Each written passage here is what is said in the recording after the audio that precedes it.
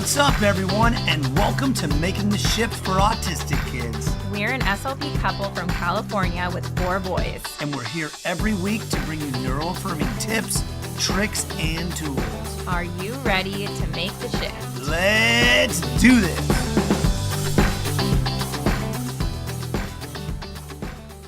Hello, everyone. Welcome to Making the Shift. Today, I'm so excited to have my friend and fellow SLP here, Nicole Casey. You guys might know her on Instagram as the child-led SLP.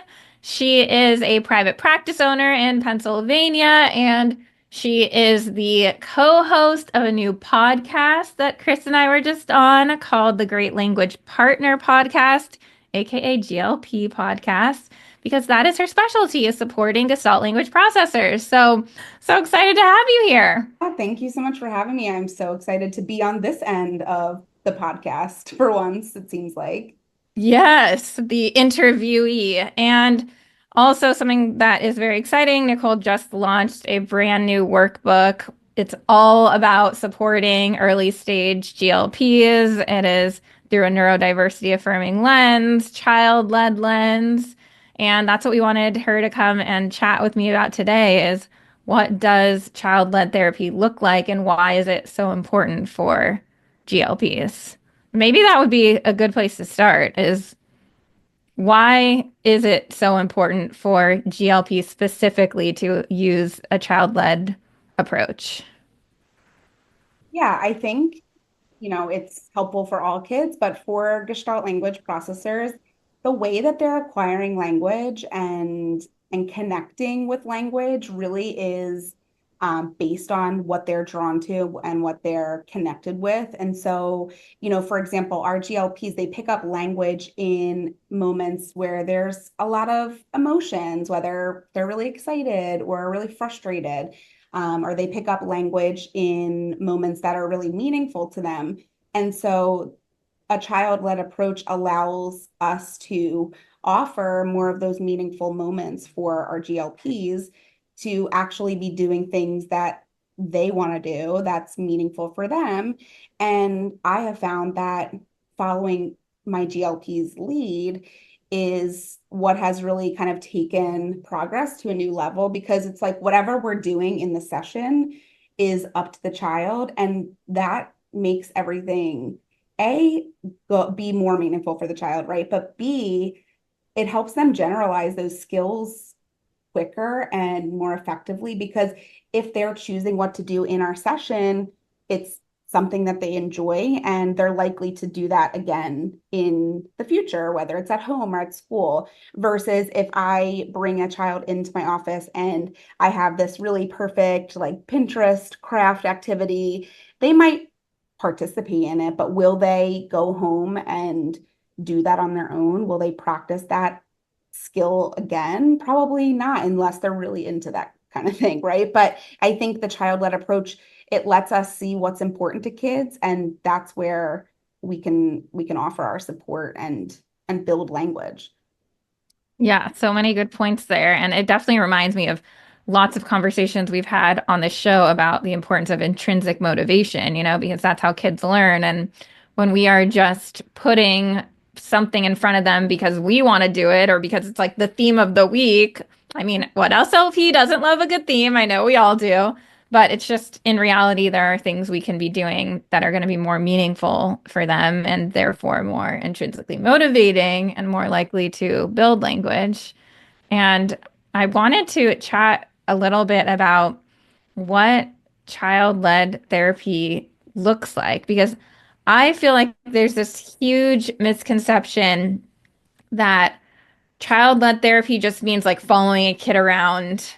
And I think therapists get into this mentality of, okay, I need to be child-led. And then the kid comes in and they're going from like toy to toy and they're moving around. And then the therapist is literally just like following them around. And then at the end of the session, they're like, but I didn't actually get to work on anything, So I think it's like the difference between literally following the child's lead versus like what it means therapeutically. And I know in your workbook, you talk about 5 keys to, following a child's lead and how to do that. And that might be helpful for everyone to hear also.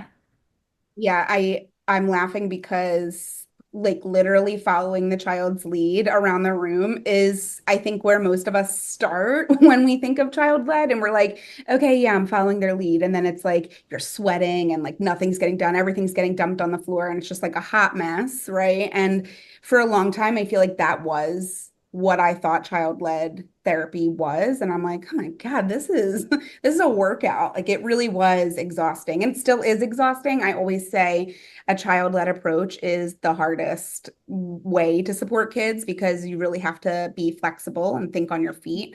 But over the years, as I've kind of fine-tuned the approach, I have found that there are some kind of hallmarks of what a child-led therapy session looks like. And not every session goes exactly to plan, obviously, but what happens first when kids arrive for their therapy session is I like to get like a general sense of what they're bringing to the table that night. Like of course, I'm sure you agree with this. I like to just do like a check-in with their sensory system, their nervous system. Are they coming in really dysregulated? Are they coming in exhausted or hungry? Did they fall asleep in the car on the way to their session? Like just starting there is child-led because I'm not going to start a session and start bringing, a really high energy, exciting vibe if they're not happy, if they're dysregulated, if they're exhausted. Like there are things that we need to do to kind of meet them where they are. So I will say that the first thing that I do in a child-led session is focus on that regulation piece. And sometimes we spend the first few minutes just regulating, co-regulating. Maybe we're going on the swing or I'm, walking around with them or spinning them on my chair, whatever that looks like for the child. But I think in terms of being a child-led communication partner, whether you're a speech therapist or a parent or another professional, there are these 5 key parts that I've identified that I think are so important. And the first one is initiation. So we always want to create opportunities for the child to initiate with us. And they can initiate with us if we are taking control and if we are taking every moment and filling it with our own voice. And that was something I learned. As cringy as it is, I record my sessions and I watch them back, and sometimes I'm like, girl, you just don't know when to stop talking. Like you really don't. And that was hard to learn too, that a child-led approach doesn't always look like the therapist doing the most and saying everything and doing all this stuff and entertaining. It might look like a lot of silence, or at least a good balance of talking and silence, because we do want to observe where the child's coming from. And they can't initiate if we don't give them any space to initiate, right? And parents and other professionals will be like, yeah, they don't, this child doesn't initiate. I'm like, but when would they even be able to, right? Have you seen that? Yeah, I think that that is probably like the number one mistake people make, I think, is not giving kids the opportunity because, and that's something we learn as SLPs, whereas because you're a parent like me, like we don't learn that as parents. As parents, we learn like you have to be the one entertaining your kid all the time, like filling all of the blank spaces and telling them what to do. And it's very different than being an SLP where your goal is back and forth interaction, and the only way you're going to get that is by giving a child opportunities to interact with you. So I love that that's included in there because I think that that's like the number one thing. If you could do anything to get more interaction in a child-led approach, would be creating more opportunities for them actually to interact with you. Right. And I think a lot of us don't realize because we feel this pressure to be on, we feel this pressure to be, have every moment be therapeutic for the child. And we don't realize that being quiet and giving space for the child to initiate is therapeutic. And that's another big thing about child-led therapy and a lot of what I talk about in supporting GLPs. It's like we need to balance what we're putting out into the conversation and giving the child a chance to actually initiate and to lead us. They can't lead us if we're constantly, telling them what to do, or we're coming up with all the ideas. Yeah. And Anytime I feel awkward, I just say aloud what I'm thinking. So, like, a lot of us, like, this wouldn't be an issue, but maybe if you're in a session and there's a parent in there, you're like, oh my God, they're probably like, what is she not talking for? So I might like whisper, like, oh, I'm just going to give him a couple minutes, or like, I'm going to give him a moment to see what he does after I do this. And I'm just kind of like narrating the voice inside my head. However that I sounds, of what's going on, because then I'm like setting up the expectation for the parent. You're talking about what you're doing, and it becomes more meaningful for everyone. Yeah, and actually, I've started doing that as well because so many people, and myself included, that awkwardness of being quiet or feeling like I'm not doing anything in this moment, or it looks like I'm not doing anything. I've started just kind of like from the beginning of working with the family, I'll say to them, sometimes I'm going to be really quiet. It's not because I'm just like texting or something. It's because I'm really trying to hear something they're saying. I'm watching something they're doing. I'm using my silence therapeutically. And so, because sometimes parents will sit in the like waiting area, or they might not be in the session for the whole time. And I always want them to know what's happening in the session. So I'm definitely a huge proponent of narrating what we're doing and being like, listen, I'm going to be quiet for a few minutes and just see, like, why does he want to play with this? What does he want to do with that toy? And after the child's able to initiate, then the next step that I think is important for being child-led is letting them invite us to join them. I think that the invitation to join a child's play or what they're doing can be really subtle, especially in our autistic kids and our GLPs. It may be like a glance over, a really quick, like look out of the corner of their eye. It might be that they hand you something, like a toy that they're playing with. Maybe they need help with it or something. But having that invitation where the child has been like, I want you to do this with me. I like to wait for that because it shows the child that that's part of the interaction, right? That like, yeah, there's another person in the room, but until I show them that I want them to join me, they may not. And I like to give that wait time because it always is such like a magic moment when kids will then invite you. I actually posted a video of one of these, like I call them invitations, not that long ago, where the child got up and went to a different room in the clinic. And whenever a child does that in child-led therapy, I assume that they probably need space from me, or they want a break, or there's something that has caught their attention. And I'll usually give them a minute to just go do whatever it is. And so that's what I did in this session. I let him, I was like, okay, I'll wait here. And he went in the other room. And after about a minute or two, he actually came back and just like peeked his head around the door and smiled at me as if to be like, come on. And so I modeled, come on, Cole, let's go. And then I gathered all my stuff and followed him. But I wait for that initiation and then that invitation. Like he initiated the action of getting up and going to do something. And then he came back for me. And that's really important, I think, to being child-led. Yeah, that's such a difference between like compared to the belief that a lot of people have of like, how can I interrupt their play and get my face in here, you know? Right. And how much more empowering is it for the child to know that I'm not going to be, an inch away from him at all times if he wants space for me and he can't tell me. Like he's telling me with his body and with his actions. And that's another like huge thing that I'm constantly talking about is understanding and recognizing all attempts to communicate.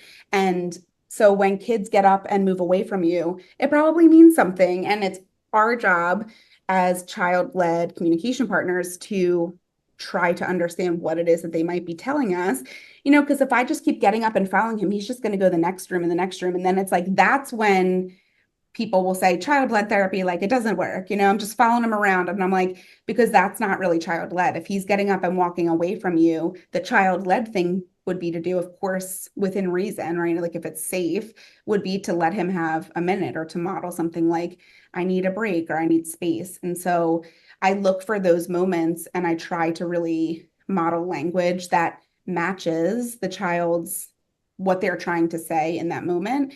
And that's when I've seen like the biggest success. And I think that those two things and this next one of prioritizing being a partner to the child versus being in charge was hard for me to unlearn because I think like as clinicians, we're like used to being the ones who are running the show.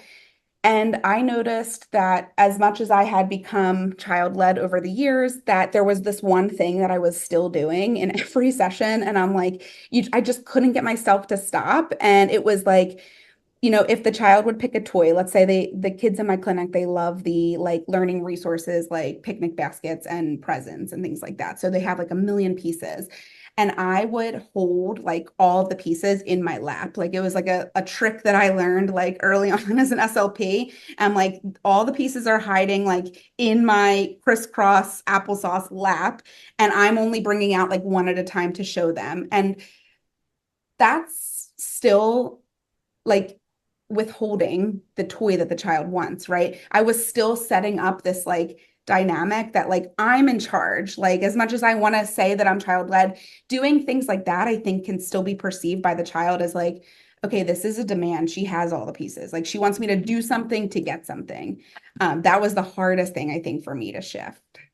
Yeah, absolutely. I want to say I did a whole show on that topic, if it's neurodiversity affirming to withhold or toys or use communicative temptations or something like that, because it is so different, like than what because we are taught to do that, and especially with like our EI kids, our little ones and stuff like that. But yeah, I love the idea of it being a partnership. And I always like to think of that as us being on the same level. What does that mean? It's not like using external rewards and a reward chart where we're basically saying like I'm the important person up here and I make the rules and you have to comply with whatever it is I tell you in order to get praise from me, in order to play with me. Like it's what you're talking about is really like so much more trust building, and that goes in with the what you were talking about with letting them come up and create the invitation as well. It's like you're giving them that space, you're giving them that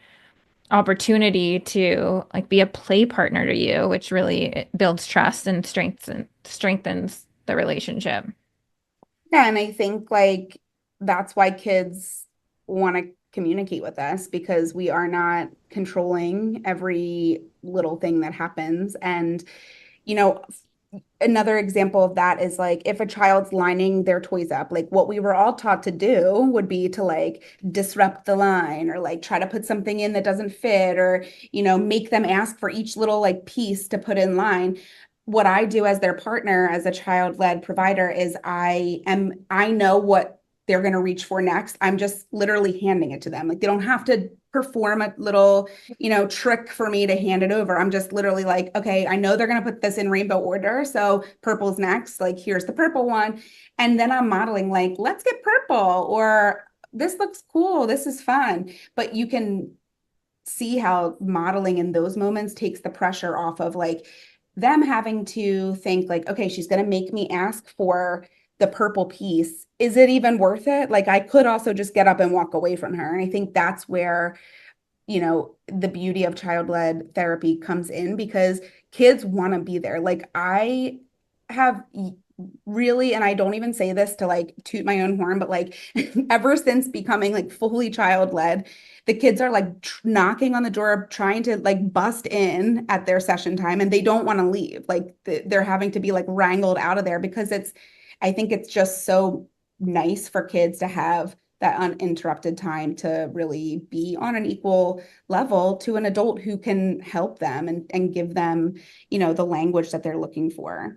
The other two parts to being child-led that I think are really important are acknowledging all communication attempts. And there are people who will say, well, if we just let them reach for something, they're never going to ask for it. If we just let them, if we respond to every grunt they make or every, gesture they use, then we're not teaching them to speak. And I'm like, that's because speech is not the only way to communicate. And it's all about multimodal communication and acknowledging all of the ways that kids are communicating. And I love to just take a moment to see how the child in front of me is communicating. What's the most efficient way that they have?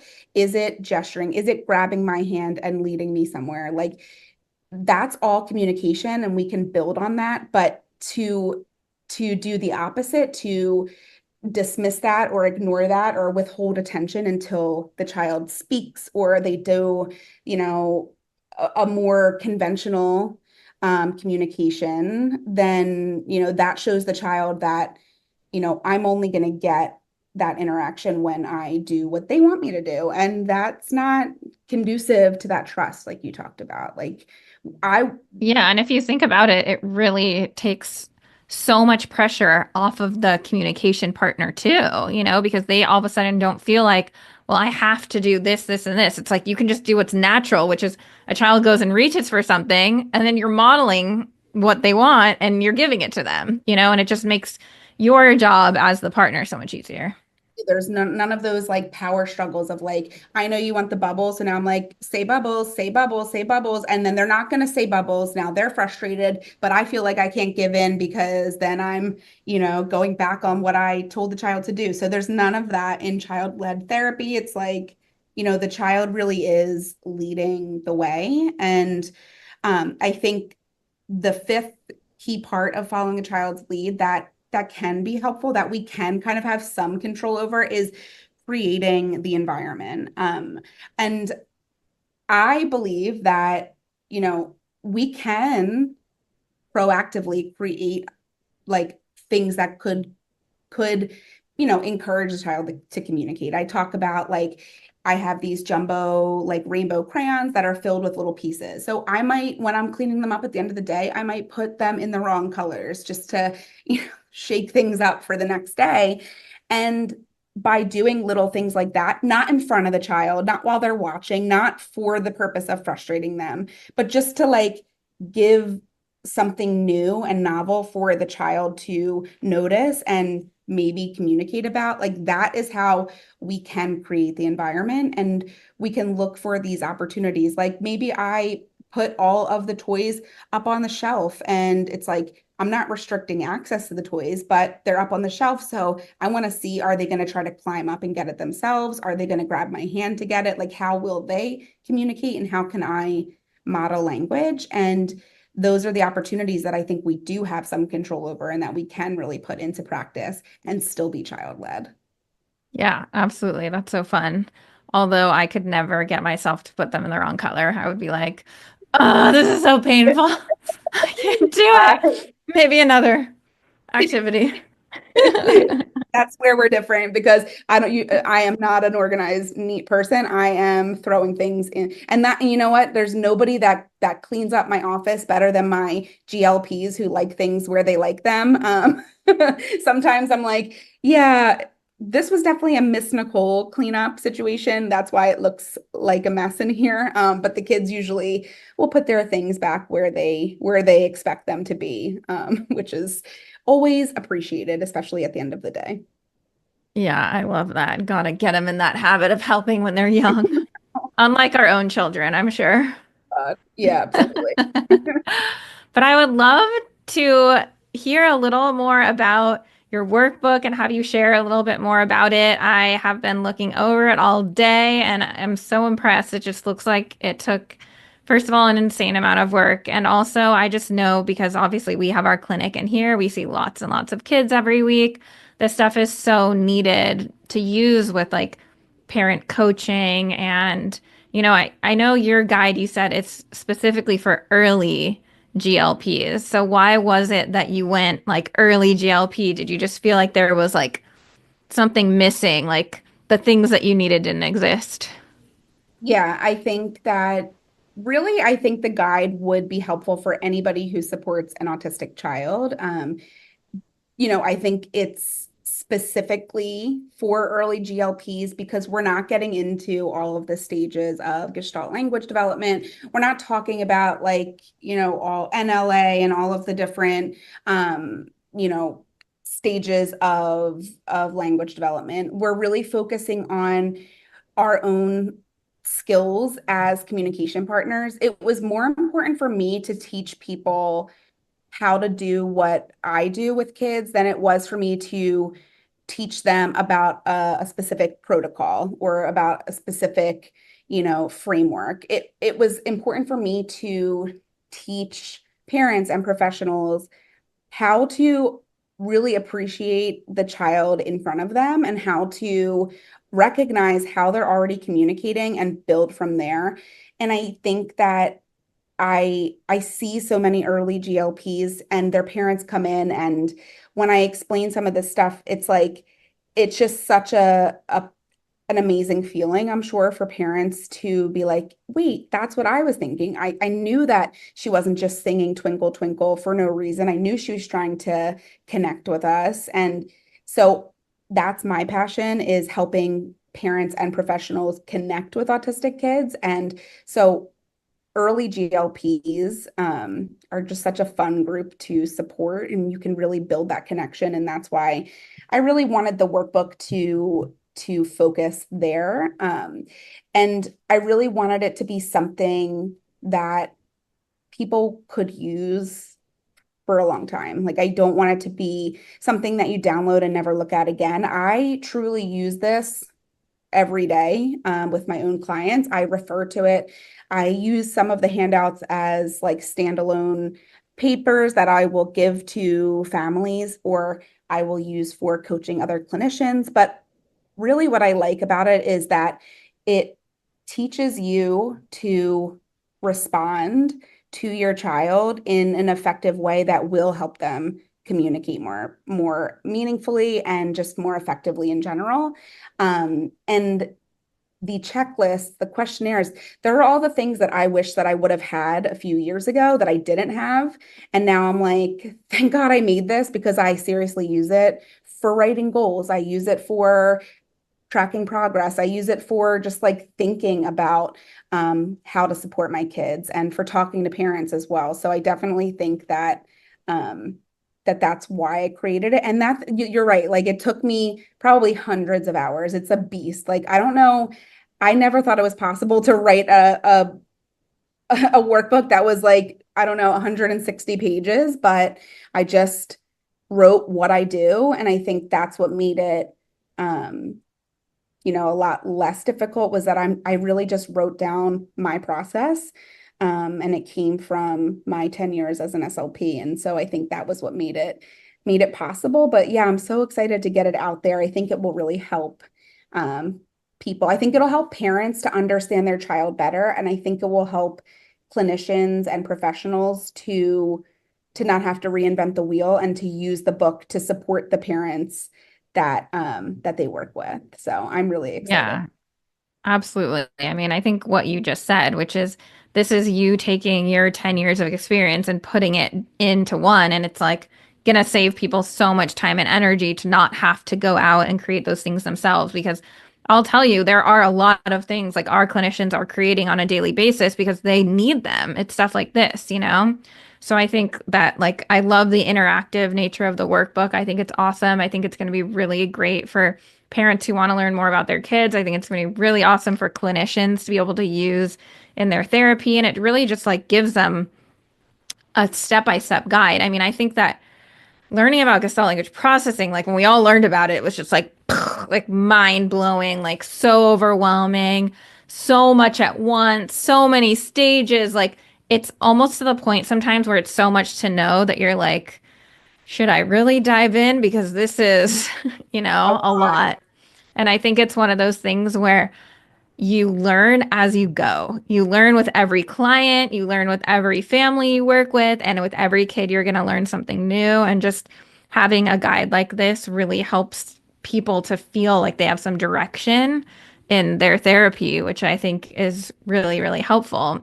And you guys are in for a treat because Nicole is giving you guys a discount if you do want to grab this workbook, which just came out yesterday.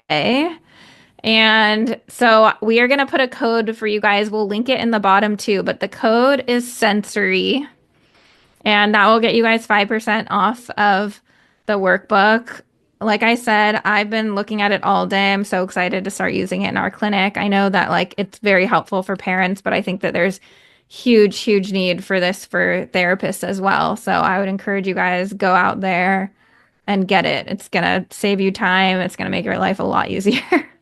Yeah, I hope so. I mean, it definitely saves me on a on a daily basis, and I think it's one of those resources that you'll be able to go back to for years, or with so many kids on your caseload, or if you're a parent, like you'll be able to refer back to it and see all the progress that you've made and your child has made. And it's just a really feel good workbook too.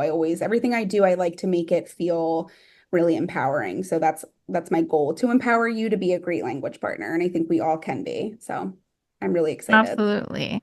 Well, thank you so much, Nicole, for being here. Thank you guys for being here. Make sure to check out that link. Grab this workbook. You won't regret it. It's going to be awesome. And again, if you use our code, we'll put at the bottom sensory, you're going to get 5% off of it as well. So thank you again, Nicole, for being here.